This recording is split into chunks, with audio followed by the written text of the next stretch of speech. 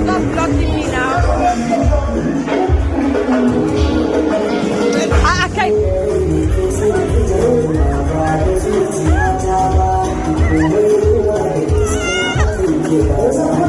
Gaskiya dai an shiga ga malam. Kana ta kwamfi ina